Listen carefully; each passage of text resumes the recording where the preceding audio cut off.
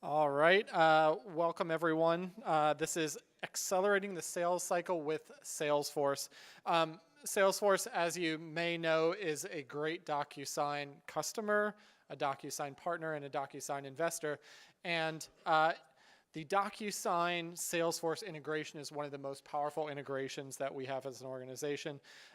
It's an integration that lets you automate a ton of manual processes that save your salespeople and your sales ops people a ton of time on the background to make them significantly more productive.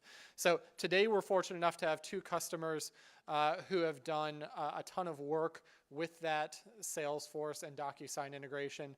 We've got ComScore and DeVry Education Group who are going to talk you through what their instances look like, the successes that they've had in the combined implementation, and some tips and best practices for things that you might be thinking of as you're thinking of how you might deploy that integration. So first up, I'd like to introduce Carolyn Williams-Hole. Carolyn is the Director of Salesforce Automation at ComScore. She's implemented Salesforce back in 2005, is that correct? And has been with ComScore as they've grown that implementation from 60 users to over 750 on a global basis today. So in addition to that Salesforce implementation, she has implementation for a number of the other systems within their sales stack, including DocuSign, including Apttus. So she's got some great experience to be able to tell you guys about their journey in driving that implementation. So at this point, I'd like to welcome Caroline up to the stage.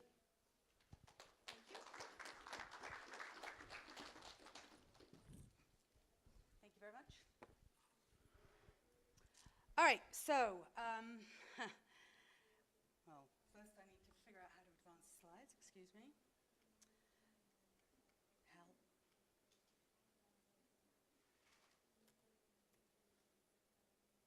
All right, ComScore. So who are we? We're like to say, a global cross-platform measurement leader. ComScore actually started in 1999, and since then has become ultimately a cross-platform measurement leader. We've just concluded our merger with a company called Rentrack. So now we are proud to say that we have a number of clients worldwide, 3,200 basically, 1,800 employees. We're based in Reston, Virginia. We cover about 75 different countries, and we've got 80 locations in 30 different countries. But the most impressive piece, I think, is this last bit, which is the big data, 1.9 trillion global interactions per month. And I'm getting somewhere with this. I'm not just touting ComScore as cool. So the ComScore difference, massive scale, smarter methodology, better information. We'd like to think that trickles down all the way through, our organization. So precision requires scale. And these are the numbers that we're talking about here. We are monitoring 260 million desktop screens. We're looking at 40,000 US movie theater screens, 40 million TV screens. This is since our merger with Rentrack.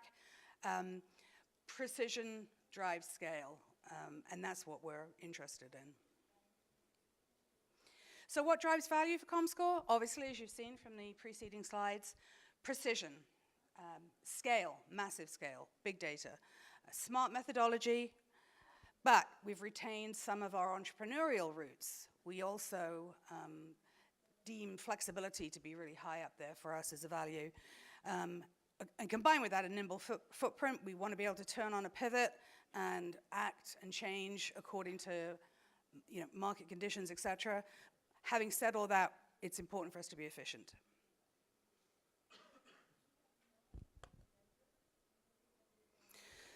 So in 2014, we kind of had to take a look at our current state. And when I say we, I mean our incredibly brilliant legal minds and the legal team and our sales operations group. Because all those slides that you just looked at really weren't reflective of our processes in legal and sales ops. We had a very high contract volume, but we had a very small legal team. Despite their brilliance, there's only a couple of them. we were getting contracts submitted from all places in the globe, different time zones, etc. But we had no standard procedure, we had no centralization of the process, and probably the most egregious thing was that we had no transparency for the submitters. So a sales rep might send in a contract in their time zone, and then not be able to figure out where it sat in the process without calls and IMs and everything to our legal folks. So we knew we had to take a crack at fixing the issue.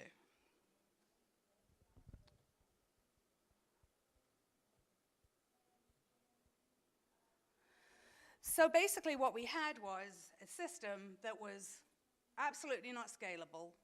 Check that off the box, not a good way.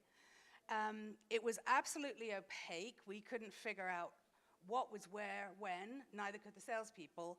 And it was incredibly labor intensive. And so basically we decided, well, I decided actually, that it was basically a black hole. And we fessed up to our sales reps and we said, look, we know you're coping with this big black hole, also called the contract inbox, and we want to try and fix that for you.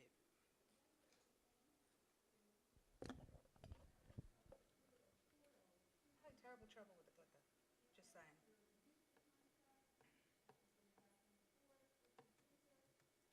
So the solution. We decided we were going to use Salesforce to centralize and standardize. Functionality in Salesforce made it the perfect platform for us. We'd been using it, as Matt said, since 2005. Although we started off using it as a very basic pipeline reporting system, in the intervening years, we have added layers of complexity in there, lots of different apps, and it's become totally embedded in our DNA. So it was the obvious place to start. Our sales teams were already comfortable and familiar with navigating Salesforce, not always enthused and loving it, but getting on with it. And Salesforce could also become a centralized repository of all the executed contracts. So to us, it was a simple formula. Salesforce, add in a contract management app and an e-signature app, and big win, right? No issues. The benefits that we saw immediately were that contracts could be created directly from the Salesforce opportunity. So instead of a sales rep having to create the op, and we do require a fair amount of data entry in those ops, they could, and then have to go pull down a Word legal template from our library in Salesforce, and then basically enter the same data that they just entered, they could actually create a contract directly from the Salesforce opportunity. We would use standard templates, which were already pre-approved by legal, so that would mean much more straightforward and error-free contracting. The time saver for reps who were entering this data twice would be, we thought, huge, well received. And basically, we thought this formula would give us a simple and efficient, fast and easy process for our sales reps to use. We were going to standardize the contract templates and the signing process, and the other big, huge benefit for us was a small legal team, generally one person countersigning most of the client contracts. He didn't have to be tied to his desk anymore. He could be on the golf course, or he could be in a lodge in Vail and tap, tap, sign the contracts, get it done. So we, being the great minds of legal and sales ops, were pumped. Until we rolled it out to what was a fairly small pilot team in New York. And literally these are the things that I heard. Oh, hell no, this sucks. And then we'd get, seriously, it is quicker and easier to do it the old way. And my favorite, hello, I don't have time for this, I'm supposed to be selling. This was not exactly what we had hoped for or expected. And to be fair, the sales reps did have some legitimacy to their complaints. We were asking them to constrain their creativity when they created contracts. This apparently is a terrible thing to ask of a salesperson. The setup that we scoped out was not completely intuitive. We'd spent, we thought, a lot of time on it with our vendor, but there were some technical glitches. We totally underestimated the change management challenge, And we clearly had not done a good job selling the benefits of this system to our sales reps. So clearly, we'd badly underestimated the challenge of changing ingrained sales behavior, and although Mr. Trump may think it's always good to be underestimated, we actually decided that it is not.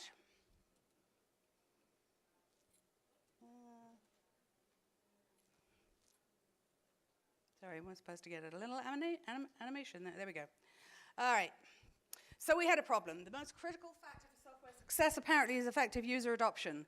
Well, we had no user adoption, and worse, our users showed no interest in user adoption, and so we had to cope with the fact that we had an epic fail on our hands.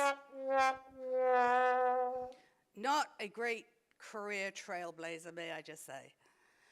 So, just to make sure you got the point. So, it was time to regroup, right? Legal, sales ops, brilliant minds, we're going to regroup. We had to strategize. We knew at this point we had no choice. We had to absolutely crush this. We'd already spent the better part of a year scoping, designing, tweaking, etc. We didn't have any more time to lose. This was, a priority for our chief legal counsel and other senior executives. So the strategy. We had to change user perception that this was a time suck and a pain in the neck. We had to better demonstrate the value prop of this contract automation signing process in Salesforce. We had to do a better job highlighting the benefits. We had to problem solve so that if sales reps came to us and said, this does not work, you've got to fix it, we had to be open to that. And we also had to be forceful about saying, you know what, this is the future, guys, sorry. What we're doing now is not scalable. ComScore is all about scale. So the decision was made that we would, in my helicopter Salesforce person here, that I was going to hover around the pilot team and retrain them. And we built the training around 5 basic concepts. First is create your opportunity in Salesforce. Second, create the agreement in Salesforce. Go with the standard contract pre-approved language. Generate the contract document, and then send it directly to the client for e-signature, all in Salesforce.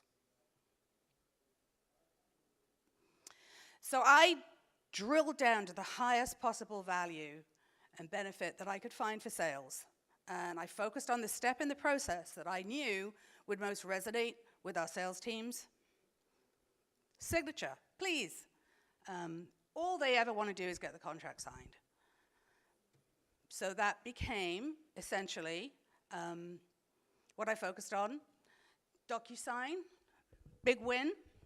And this was a ta-da moment for us and for the salespeople alike. Just because I like it. Okay. So in 2016, our current state, we've actually expanded beyond the initial small pilot team in New York to include 3 additional teams in other locations, which means I'm traversing the continent regularly, but it's all good. We'll be continuing the rollout in Q2 and Q3 to Canada and the UK, English-speaking countries. The overhead on our legal team has been dramatically reduced, and the turnaround time for client signature has also significantly decreased. And the real kicker for all of us, in a good way, is that it's transparent for everybody. Everything is tracked within Salesforce. Signed contracts are readily available within Salesforce, and the sales reps now don't have to constantly call and hound legal at the end of a quarter or the end of the year, for example, to ask them where the contract is in the process. So finally, we get our win. And one other just anecdotal thing I wanted to mention that was a huge win for us and kind of consolidated that we'd made the right choice. New Year's Eve, I got the work duty to work on New Year's Eve, continuing to support the pilot users. I think it was about 9:45 at night on the East Coast, so 6:45 in Seattle. Nevertheless, they wanted to get their contract in before the end of December, understood. The client was in, I think, some ski lodge somewhere, enjoying his New Year's Eve, and basically, long story short, We got the contract sent through after many iterations between legal, sent through DocuSign. He had his tablet there, opened it up, tap, tap, signed, done deal. Happy customer, happy sales rep. Thank you.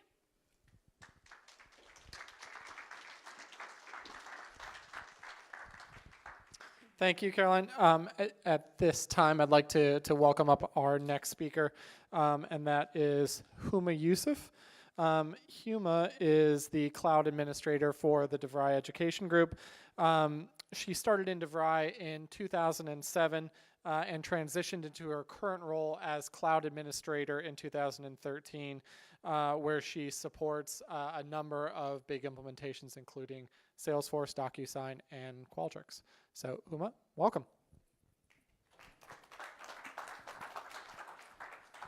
I think it will work. Hello. Okay. First of all, I would like to thank DocuSign that gave us a chance to share our experience with you guys.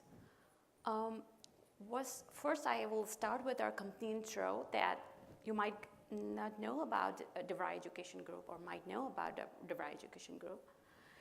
The purpose of DeVry Education Group is to empower a student to achieve their educational and career goals. These are our institutions. Not only this, we have partners that we work with across all the country to provide excellent service and meet their regions of our partners. And our partners are DePaul, Realtor, Northwest, Illinois Institute of Technology. Now, DocuSign instances. Currently, we have 12 DocuSign instances in production, in which 7 integrated with Salesforce. Let's move on with our DocuSign benefits. This is not only the integrated with Salesforce, it's overall DocuSign benefits. Reduce cycle time. It reduced our cycle time into from months to hours and weeks. Increased document completion rate. We have 96% faster close rates in a week.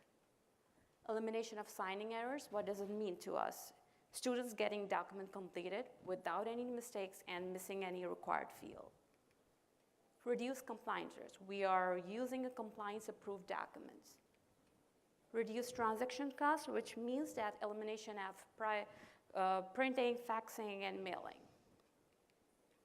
Great signing experience, new featured, DocuSign new feature signing experience that gives improved usability.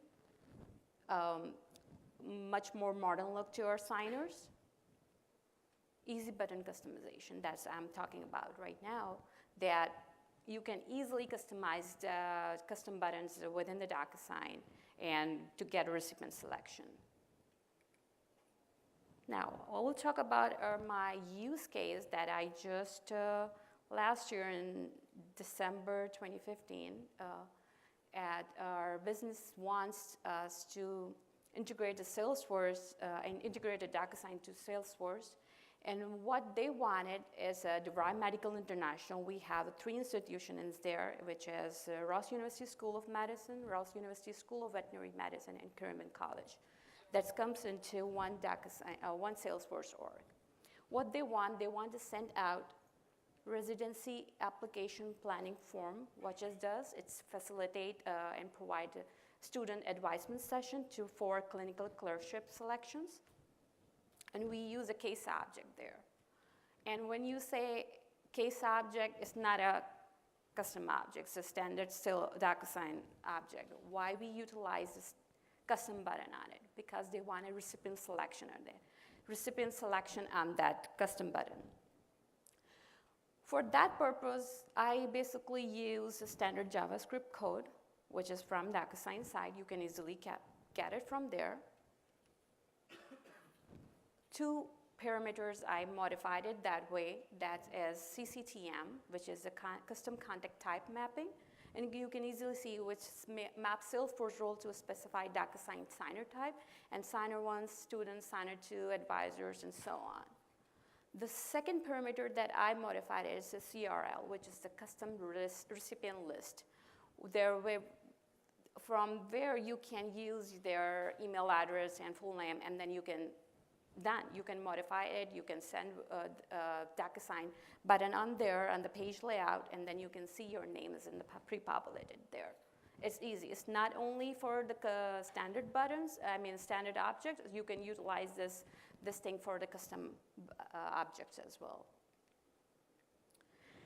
When we move further with this project, they wanted to know about, is it possible that when we send a DocuSign through the case object, can we send a DocuSign through the case object, but we want to see envelope ID in both object, which means case object and contact object, and the document name to be. Like if they're in further, right now they have only one form, but if we move further with a couple forms, how can we say, okay, this form has been sent out, this form has not been sent out, or how many forms has sent out to the specific students?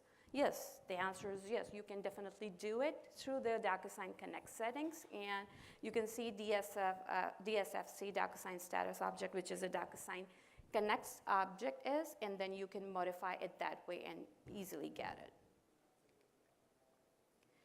The next part was in that project that's like they wanted to know, like, okay, we got it. We got the attachment in a DocuSign rigid list, but what if, can we get the documents completed in a notes and attachment area in a case object? Because our students using their community sites, and when the case is sent it to them and they completed a document, they want to see their completed document there as well. Yes, you can do it. You can do it through the DocuSign Connect setting again. So you can use your add an object there. You can use case ID as a Salesforce field and DocuSign field as an envelope external case. You can use attachment there. And once the completed attachment there, you can also modify that way. Once the completed attachment is there, my status needs to be closed. Merge field tags and custom tags. Merge fields is a great thing that I loved to use the merge fields in our DocuSign things. That like, it's pre-populated the opportunity. It pre-populated case fields. It's pre-populated lead fields into Salesforce. When the document's completed, it's right back into the Salesforce. Salesforce report. Like we can use a Salesforce DocuSign standard report and modify it that way. Like if right now I use the completed filter. You can filter it your needs, like, okay, I want to see how many hours it's sent it to, the completed document has been sent out, and how many users sent it out or completed the documents. The value of DocuSign. This is a month report. I compile it, and in a week you can see 95% completed transaction we got, and less than 24 hours, 69%, and less than 1 hour, 38%. Conclusion. I mean, DocuSign gives us many benefits, but it's a very easy, simple integration with easy steps. DocuSign manual and also the support persons help us when integrating the Salesforce, all the questions and answers. It sent out Salesforce signed document very easy with the write back option in a DocuSign. Easily stored completed document in a Salesforce. And last but not least is like it satisfied our students in signing a document in any device. Before I end up my presentation, I would like to thank Sean Morrell, he's here, and he helped me all the way along with all the questions and answers, because I jumped into last year with DocuSign and I have a couple of questions. How can we achieve this? Can we achieve this? Can we do this? Sean, just email Sean, and I got a right away answer. They're like, yes, you can do it. You can do it that way. And then, with the Stack Overflow sites, Google search, and all the answers are there. And that's our journey with the DocuSign. Thank you all.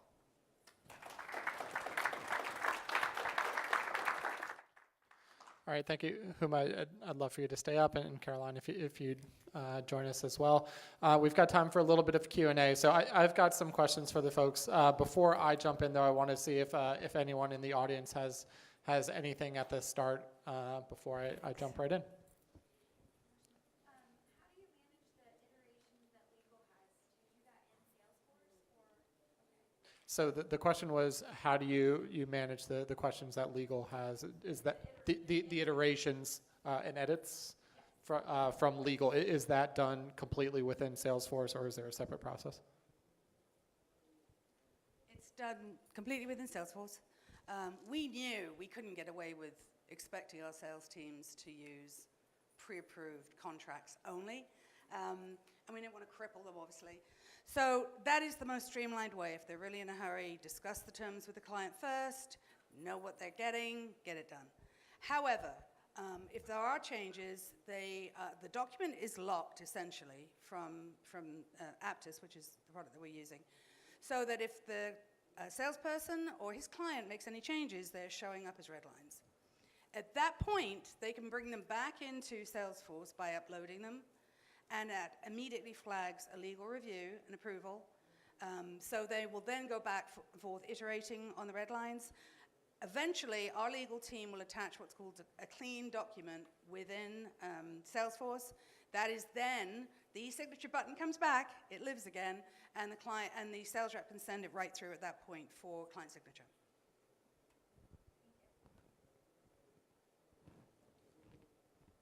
Okay, I have a question. I'm just curious how you thought through, as you were looking at the workflows within your organizations, whether you would use, with regard to Salesforce, out-of-the-box DocuSign integration, maybe leverage some Apex with Salesforce and just the API on DocuSign to customize it a little bit. Just how you, apologize, I walked a little late if you did cover that, but just how you thought about that inflection point between out-of-the-box versus, let's see if we can customize. so the question was, how have they thought about using the out-of-the-box integration between Salesforce and DocuSign versus the potential to use the APIs to build something a little bit more custom? And I'll let you both take that. We didn't. We went looking for contract automation software that would enable our sales reps to create an opportunity and, to use the technical term, spit out a contract from that, and then use DocuSign for the e-sig process. And I'm not technical, so I don't talk API. So I have my mic. Oh, sorry, shoot. So we are using, in Derived Education Group, we are using API, and that's the part of the developer does. And all the, like most of our Salesforce orgs are currently, like you can say 2 orgs are API, which has like not fully API, like some certain fields that we click on, okay, this send a document to the student. It's based on like enrollment agreements forms or TRF forms, so we have API. So we are using both. So. Will the customer be able to come and look at what contracts that they have ever exchanged with you historically? So the question is whether the customer will have access to the contracts that they've signed with you. And I've got an answer for that, but I'll let these guys take it first. We don't have external users accessing our Salesforce, so no. Yeah, what the customer will receive is anytime that they DocuSign a document, they'll receive a copy of anything that they signed. So if they did sign something, they will have something returned back to them. It's up to them in terms of what they do to store that in a specific place, but they will get a copy returned to them when the transaction is completed. Anything else, or is it my turn to grill our contestants? So the first thing that I have is for you, Huma. You talked about a great instance that you guys are looking at in terms of that match with medical students and the process to start them looking at where they would want to do their residency. That's obviously a big and important use case for those students. Were you able to pilot something there? Were you able to trial something, or did you just have to go and do kind of a big bang, start using the solution? They haven't started yet. We just did the pilot. I mean, like they are trying to use in this session. So match application forms, match residency plan is already done. It's done in March. So they want to utilize this thing in like right now. So next to March, they will have everything in there. So they did a pilot. So yeah. And Caroline, you talk through what you guys are working on now. I'd be interested to know, what's next, either in terms of the stack more generally, or in terms of DocuSign and Salesforce and the integration. So we just merged with Rentrack, which was actually another public company, and I've been kind of doing a roadshow for their salespeople in terms of Salesforce and whatnot. Amazingly, I would say probably 95% of them have never used Salesforce, and probably the majority of those have never even used a CRM. So it's been an interesting couple of weeks. We will be getting them into Aptus and DocuSign as soon as we can. There's still some bifurcation in terms of back office processes. But no, our goal is to sort of scale it to the point where most of our sales reps throughout the world are processing their contracts this way. And one more for you, Caroline. You gave some of the feedback that your sales folks had as you first started to roll out. I'd be interested not only in terms of what they're thinking now, but also what your end customers have had to say about the new process. I should have included a slide on that, because actually I get really sweet little messages now from our sales reps who are so tickled. I've actually been called fairy godmother as a result of this entire process. But when they see how quickly they can turn around a contract from entering the opportunity to getting a client-signed signature, I mean, they're just awed, and it's awesome. And they have complete control over the process. You know, they're not asking legal to submit this for signature or whatever. It's all done automatically. Everything's done automatically. It even uploads it to the opportunity automatically. It assigns a legal contract number. We're using DocuSign functionality for that. It's actually seamless. It's great. And what was the second part of the question? Oh, the interesting thing that I find is the end users, actually.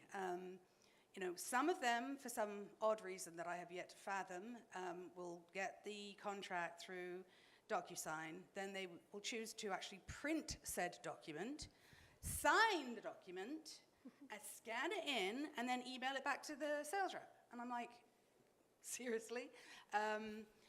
And some of them, you know, still want to forward the email on, even though we have very explicit instructions about reassigning. So, but there, I would say those are the smaller cases, and most of them are delighted that they can get business done using their tablet or their iPhone, you know, even while on vacation. It's great. And I'm curious, for those customers who do print it out and sign it and scan it and mail it, do you accept that, or do you push it back to them to say, we want this entirely within the system? How have you guys been handling that? I would not be popular among the salespeople if I enforced it. That's all I'm saying. We do accept it, especially at the end of the quarter, at the end of the year. Some of our clients, I'm told reliably, ostensibly by the salespeople, just are very old-fashioned. You know, they're bureaucratic to the hilt, and you know, or maybe they have to get 16 people to sign a simple contract. So no, we have not yet started enforcing it. I don't know if that's down the road for us or not. Good question. Huma, following along what Caroline was saying in terms of how customers were reacting, you put up some great stats, 95% being completed within a week, 69% within 24 hours. How has the anecdotal feedback been coming back in terms of the process? Has there been any pushback?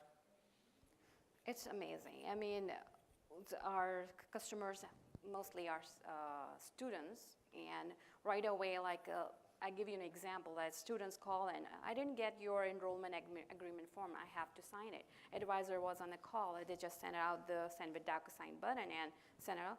Oh, I got it. I signed it and complete it. Most of our are now Salesforce HR forms, promotion letters or approval letters are going to the DocuSign, and they're just like before. We are just getting and waiting for approval letter, sign it, fax it, mail it. Now is through DocuSign, and then we just completed it. If I got promoted, my manager gave me the promotion letter, I sign it, and then right away. So it's kind of like that. So it was cool. I mean, we had a very great experience with DocuSign, and I learned from training session, Power Forms, and I will definitely implement that in Power Forms to our within Salesforce. Yep, cool. Along those lines, do you know what the stats were on return times before you started using DocuSign? So the question is, she had put up the stats on what the current return time is. The question was if she had kind of the before picture in terms of what return time looked like. You can say like before DocuSign, well, it's a month, more than a month. Yeah. I mean, when I did a schooling from DeVry, did my master's from DeVry, and then I got my letter and like, I have to FedEx or mail it before DocuSign. They didn't. Did you get my mail letter? No, I haven't received it. And then after DocuSign, we're just getting it done. It's very soon, pretty fast. So I've got one final question for them, but before I do that, I just wanted to see if there's anything else from the audience. If I get an email and I forward it to somebody else, I put you touched on it. Can somebody else accept and sign on it? If you have roles, if you have a signers on it, yes, you can. Otherwise, it will just see the documents, not sign it. They can see the report, see the documents itself. If you have mentioned, like, I have a signer 1 as a student, signer 2 as an advisor, first it goes to the student first, and then student sign the document, it's notified the advisors sign it, and it's finished the document, completed it to Salesforce. So if student 1 sends that to, say, student 2, Yeah. they sign on behalf of Yeah. I mean, anybody who has as you notified it, a signer 1 and a signer 2, and put the 2 signatures there, or just like you didn't put the signature part in there, you just say like, we want to see, approve it, or just review the document, you can do it. So maybe I'm not understanding. Do you have any authentication mechanism that you're using, or are you using the DocuSign authentication mechanism? So We- it looks like no authentication mechanism. So that was what if I forwarded you the email, you'd be able to sign on that. Yes. No authentication mechanism. Friday, you mentioned if you configure it that student 2 has authorization to sign, then yes. If not, no. maybe you can help us here. What are the authentication options perhaps when you send an email out? Yeah, I mean, there are multiple authentication yeah. options. The easiest one is just the email. You do have the ability to reassign to a different signer Signers, if you would like to have that option. If you don't, there are a whole host of additional authentication options that are available out of the box. Things like Access code. an SMS, a access code, a telephone call, a personally identifiable information, things like that. But you can layer on those additional levels of security if your use cases have that requirement. All right, so my last question for you guys, and I'll start with Caroline. If you had one thing that you wanted to leave our audience with in terms of thinking about DocuSign and Salesforce and working together and what your journey has been like, what piece of advice would you give folks as they're thinking about doing something similar? So, good question. Because we were implementing it with contract automation at the same time, I think the advice that I would give myself from a year and a half ago, lead with DocuSign, because that's what they're going to focus on. That's going to be the biggest benefit to the sales reps. Lead with that and then back into the other piece. I'll quote you on that one, okay? Okay. Okay, so I will start with before I started with the DocuSign, already DocuSign was implemented by someone else, and once they give me the task, so okay, you are the DocuSign person, you have to handle everything through the DocuSign, creating templates, tagging, workflows and stuff like that. I'm like, okay, I haven't never done the DocuSign before. What is it? I mean, I go to the manuals, and there are support persons very helpful. I mean, knowledge base was very great thing, and then you just Google it, search it, you have your answers. Even though I haven't done the API thing, but if a developer does something in there, and then I have to tweak it with that way, I go in and just tweak it. I'm like, okay, it's pretty easy. I mean, you just go in and write down a code in there. Okay, why the code is not working? They put something in there, and our fields in the custom settings in Salesforce not working correctly, or password's not correct, or the user ID is not correct. You just put it in the user ID. That might be the problem is. So you have all the answers in the site as a DocuSign knowledge-based site, and now the community has been developed, and your support person will really help you in that. So, I mean, I'm a challenge person. I mean, always motivate with the challenges, and that was my challenge to accept it, and I accepted, and I'm working with the DocuSign. So, I mean, with DocuSign for Salesforce, correct. So. All right, well, thank you guys very much. Can we have one last round of applause for Huma and Caroline? Thanks. Thank you, guys. So that's it for the breakout sessions. The next thing that we have is back up on the main stage, where we'll do a wrap-up of the conference and also show you some of the really cool stuff that the hackathon has been working on for Team Rubicon. So some great stuff up there. Thanks, guys.